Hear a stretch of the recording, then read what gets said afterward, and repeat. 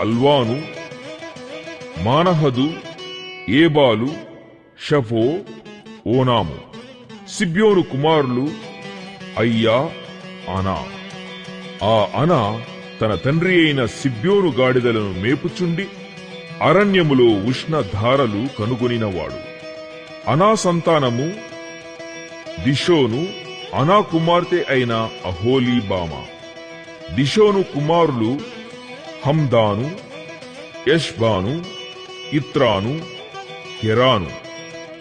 ఏసెరు కుమారులు బిల్హాను, జవాను, అకాను.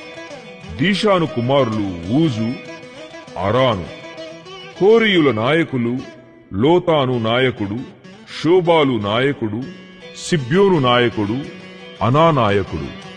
దీషోను నాయకుడు, ఏసెరు నాయకుడు, దీషాను నాయకుడు.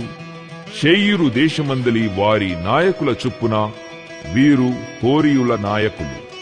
మరియు ఏ రాజైనను ఇశ్రాయేలీయుల మీద రాజ్య పరిపాలన చేయకమునుపు ఎదోము దేశములో రాజ్య పరిపాలన చేసిన రాజు లెవరనగా బెయారు కుమారుడైన బెల ఎదోములో రాజ్య పరిపాలన చేశాను.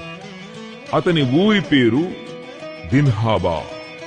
బెల చనిపోయిన తరువాత బొస్రా వాడైన జెరహు కుమారుడగు యోబాబు అతనికి ప్రతిగా రాజాయెను. యోబాబు చనిపోయిన తరువాత తేమానీయుల దేశస్థుడైన హుషాము అతనికి ప్రతిగా రాజాయెను.